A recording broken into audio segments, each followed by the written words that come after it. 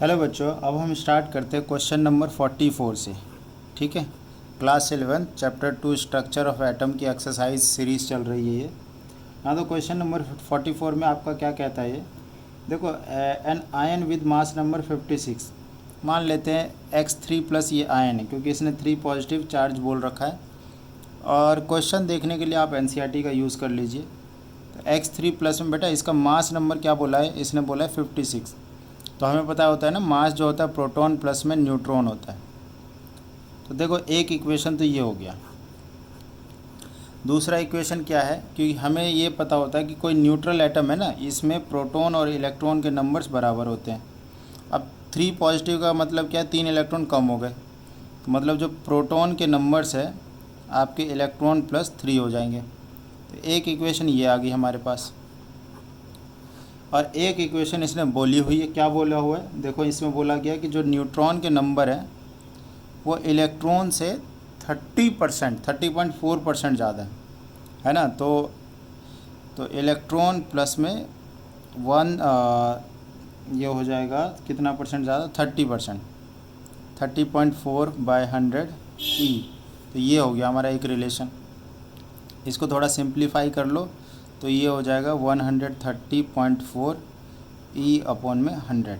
तो ये हो गया एक, ये रिलेशन आ गया। 3 रिलेशन आ गए ना हमारे पास। अब तीनों को सॉल्व कर लेंगे, बहुत सिंपल सी बात है।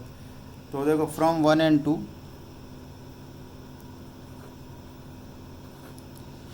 इस वाले पहले वाले में यहाँ पर जो प्रोटॉन की वैल्यू रख दो, फर्स्ट वाले इक्वेशन में सेकंड वाले इक्वेशन की वैल्यू रख दो। तो E+3 + n इक्वस टू क्या है, 56 है। तो E+n इक्वस टू इधर आ गया 53। ठीक, यहाँ से हमारे पास वैल्यू आ गई। E n में रिलेशन ये थर्ड वाला भी है और E n रिलेशन ये वाला इक्वेशन हो गया। तो इसको ज़रा सॉल्व कर लेते हैं। सॉल्व कैसे कर लेंगे, आप जो है एक तरह से n की वैल्यू यहाँ पे सब्स्टिट्यूट कर दो, या फिर किसी भी तरीके से सॉल्व कर लेंगे हम सिंपली। ठीक है, तो यहाँ से जैसे n की वैल्यू क्या आ गई, 53 माइनस में E। ठीक है, ओके, चलो इसको यहाँ पे सॉल्व करते हैं ज़रा। इक्वेशन नंबर 3 में ये वैल्यू पुट कर देंगे, n की value. Put value of n in equation 3। तो n की वैल्यू रख दी हमने 53 minus E equals to 130.4 E/100। इधर मल्टीप्लाई कर दो, तो मल्टीप्लाई कर देंगे तो 5300 माइनस में 100 E equals to 130.4 E। 5300 is equal to 230.4 E आ जाएगा। तो इलेक्ट्रॉन के नंबर्स आ जाएंगे हमारे पास 5300 डिवाइडेड बाय में 230.4। तो E की वैल्यू कितनी आ गई, ज़रा डिवाइड कर लेते हैं इसको। 5300 डिवाइडेड बाय में 230.4, तो ये वैल्यू आ गई हमारे पास 23। ठीक है ना। तो इलेक्ट्रॉन के नंबर्स आ गए 23 आयंस में। Therefore number of electron in ion is कितना, 23। तो प्रोटॉन कितने हो गए, तो प्रोटॉन की वैल्यू देखो यहाँ से निकाल लो, E+3 से 23 + 3 26। तो 26 प्रोटॉन के numbers is equal to atomic number होता है। तो हम यहाँ से आइडिया लग सकता है ना कि 26 किसका होता है, 26 होता है आयरन का। ठीक है, 26 किसका होता है, आयरन का एटॉमिक नंबर होता है। तो आयरन हो गया ये। मास नंबर निकाल लेंगे। मास क्या है, प्रोटॉन प्लस में न्यूट्रॉन। तो प्रोटॉन देखो हमने निकाल लिए कितने, 26। न्यूट्रॉन निकालने पड़ेंगे पहले। तो प्रोटॉन प्लस न्यूट्रॉन देखो 56 दे ही रखा है। प्रोटॉन प्लस न्यूट्रॉन कितना दे रखा है, 56 दे रखा है। तो न्यूट्रॉन की वैल्यू यहाँ से आ जाएगी। न्यूट्रॉन की वैल्यू कितनी आ गई, 30 आ गई।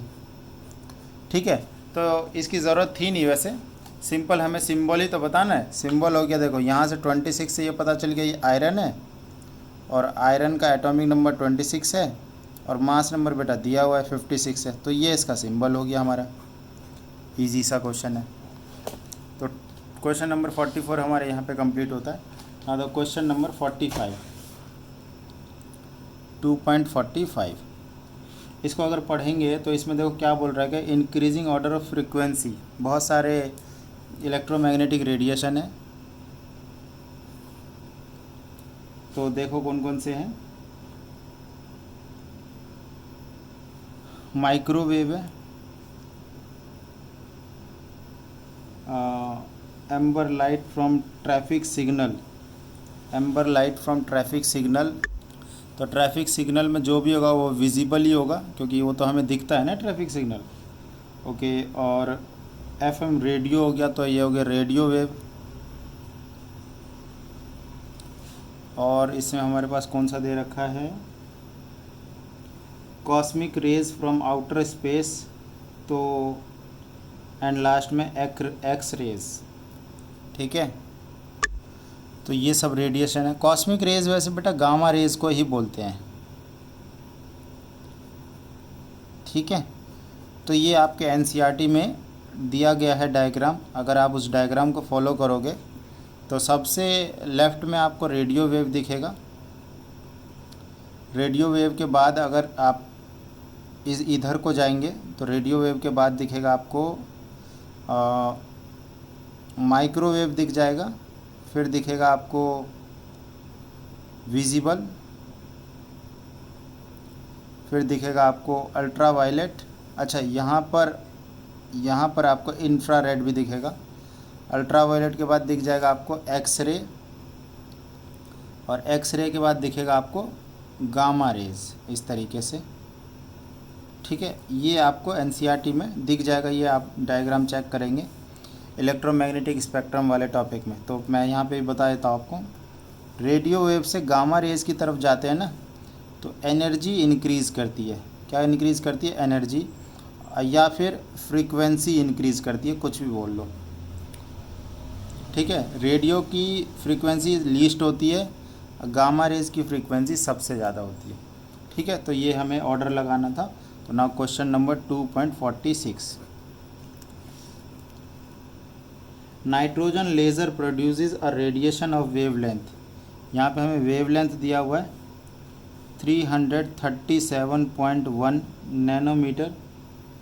नैनोमीटर का मतलब क्या होता है? 10 की पावर -9, 10 की power -9 metre. If the number of photon emitted, यहाँ पे नंबर ऑफ फोटोन दिया हुआ है आपको, नंबर ऑफ फोटोन एमिटेड, तो ये वैल्यू हमें दे रखी बेटा, कहाँ गया, 5.6 into 10 power 24। Calculate the power, calculate power. Power का कहीं ना कहीं यहाँ पर टोटल एनर्जी से है, तो हम एक फ़ोटोन की एनर्जी निकाल लेंगे, उसको मल्टीप्लाई कर देंगे नंबर ऑफ़ फोटोन से, तो हमारा पावर निकल जाएगा। चलो पहले एक फ़ोटोन की एनर्जी निकालते हैं। तो एनर्जी का फार्मूला hc/λ, जब वेवलेंथ दिया हुआ है 6.62 into 10 power -34 into 3 into 10 power 8 और डिवाइडेड बाय में लैम्डा कितना है, ये देखो 337.1 इंटू 10 पावर -9। इन दोनों को जब मल्टीप्लाई करते हैं 19.86, 10 की -34 और 8, तो 10 की पावर -26, 337.1 इंटू 10 पावर -9। तो इसको बेटा डिवाइड कर लेंगे 19.86 को, 19.86 divided by 337.1, it is equal to 0.0589 into 10 power क्या हो जाएगा, इसको 9 को ऊपर ले जाएंगे तो ये आ जाएगा बेटा -17। ठीक है, तो फ़िलहाल के लिए इसको इतना ही रखते हैं, या फिर इसको ऐसे लिख लो 5.89 इंटू 10 पावर -19। ठीक है, तो पावर करने के लिए, पावर के लिए अभी मैंने स्टार्टिंग में बता दिया था कि जो भी एनर्जी आया है इसको मल्टीप्लाई कर देंगे नंबर ऑफ़ फोटोन से। तो दैट मीन्स 5.89 इंटू 10 पावर -19 को मल्टीप्लाई करना है, नंबर ऑफ फोटोन दिया हुआ है, देखो कितना है 5.6 इंटू 10 पावर 24।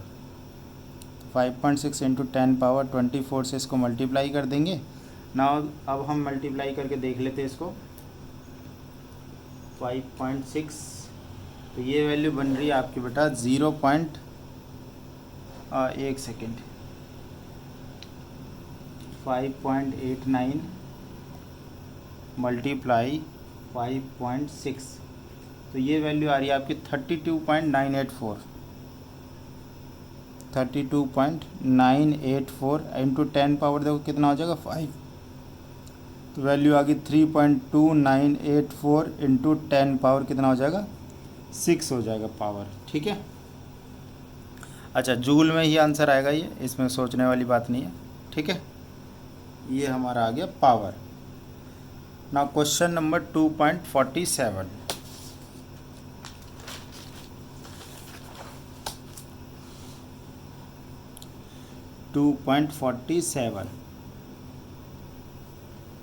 क्वेश्चन एनसीईआरटी साहब रेफर कर लेंगे। Neon gas is generally used in the sign board. Okay, it is emit strongly at 616 nanometre. तो वेवलेंथ दिया हुआ है नियॉन गैस से जो रेडिएशन एमिट हो रही है उसकी। कैलकुलेट फ्रीक्वेंसी, तो फ्रीक्वेंसी आराम से निकाल लेंगे। फ्रीक्वेंसी क्या होता है देखो C/λ। तो हमें दे रखा है C3 इंटू 10 पावर 8 मीटर पर सेकेंड होता है और वेवलेंथ 616 इंटू 10 पावर नैनोमीटर है। तो मीटर में चेंज कर लेंगे, 9 लगा के डिवाइड कर लेंगे 3 को 616 से, देखते कितना आता है। तो ये वैल्यू आती है आपकी बहुत ही छोटी वैल्यू 0.00487 इंटू 10 पावर ये कितनी वैल्यू हो गई 17 हो गई। और जो भी वैल्यू आएगी ये हर्ट्ज में आएगी। तो थोड़ा सा इसको साइंटिफिक नोटेशन में लेके आते हैं। 4.87 इंटू 10 पावर 1 2 3 ये आ गया 14। ठीक, ओके। हमारे क्या निकल के आ गई बेटा, ये फ्रीक्वेंसी निकल के आ गई पार्ट ए। उसके बाद distance travel by this radiation in 30 second, B निकालना है। Distance travel in 30 second. अच्छा, जो फ्रीक्वेंसी होती है वो फार्मूला यूनिट की बात करें तो पर सेकंड होता है। इसका क्या मतलब है, 1 सेकेंड में सुनो 1 सेकेंड में कितनी फ्रीक्वेंसी हो गई, कितने ऑसिलेशन हो गए 4.87 इंटू 10 पावर 14 ऑसिलेशन हो गया। इसका मतलब ये होता है। ठीक है, तो देखो 30 सेकंड में कितने ऑसिलेशन हो जाएंगे, तो आप क्या कर देंगे इसको 30 से मल्टीप्लाई कर देंगे। क्या करेंगे 30 से मल्टीप्लाई। 4.87 को जब हम 30 से मल्टीप्लाई करते हैं तो वैल्यू आती है 146.1 ऑसिलेशन। अब ध्यान से देखो, अगर हम वेव लेंथ, तुम्हें ये देखो ये वेव होता है, ये एक ऑसिलेशन हो गया, या फिर इस तरीके से बना लेते और भी। तो यहाँ से लेके यहाँ तक हम मान लेते कि पूरा एक वेव हो रहा है, यहाँ से लेके यहाँ तक पूरा एक वेव हो रहा है। और एक वेव में जो ये लेंथ होता है इसको हम लोग वेव लेंथ बोल देते हैं। तो देखो ऑसिलेशन को ही हम एक वेव बोलते हैं, ऑसिलेशन को ही हम लोग वेव बोल देते हैं। इतने ऑसिलेशन है और एक ऑसिलेशन की जो लेंथ है या फिर डिस्टेंस है वो वेव लेंथ है। तो टोटल डिस्टेंस ट्रैवल कितना हो जाएगा, टोटल डिस्टेंस ट्रैवल्ड हो जाएगा हमारा वेव लेंथ इनटू में कितने जितने ऑसिलेशन है वो कर दो, है ना। वेव लेंथ कितना था हमारा 616 into 10 power -9 into 146.1 into 10 power 14। तो हम करते हैं इसको मल्टीप्लाई 616 से, तो वैल्यू आती है हमारी 8997.6 इंटू 10 पावर 5 मीटर। ठीक, इसको थोड़ा सा और हम करें अगर हम किलोमीटर में लाना चाहे तो ये हो जाएगा 89997,997.6 इंटू 10⁻² किलोमीटर, ठीक है, या फिर 899,760 किलोमीटर ये डिस्टेंस ट्रैवल करेगा ये, ठीक है। क्या किया हमने, फ्रीक्वेंसी निकाल ली पहले पार्ट में और वहाँ से नंबर ऑफ ऑसिलेशन निकाल लिए 30 सेकंड में, और उसको हमने मल्टीप्लाई कर दिया वेवलेंथ से, तो हमारा डिस्टेंस निकल के आ गया। उसके बाद हमने डिस्टेंस निकाल लिया। थर्ड में निकालना है energy of quantum. Energy of quantum, quantum मतलब एक तरह से फोटोन का एनर्जी पूछ रहा है। तो सी पार्ट में कुछ नहीं है, हमें फ्रीक्वेंसी हमने निकाल लिया, तो energy equals to H nu कर देंगे तो एनर्जी आ जाएगा। और एच की value we know that 6.62 into 10 power into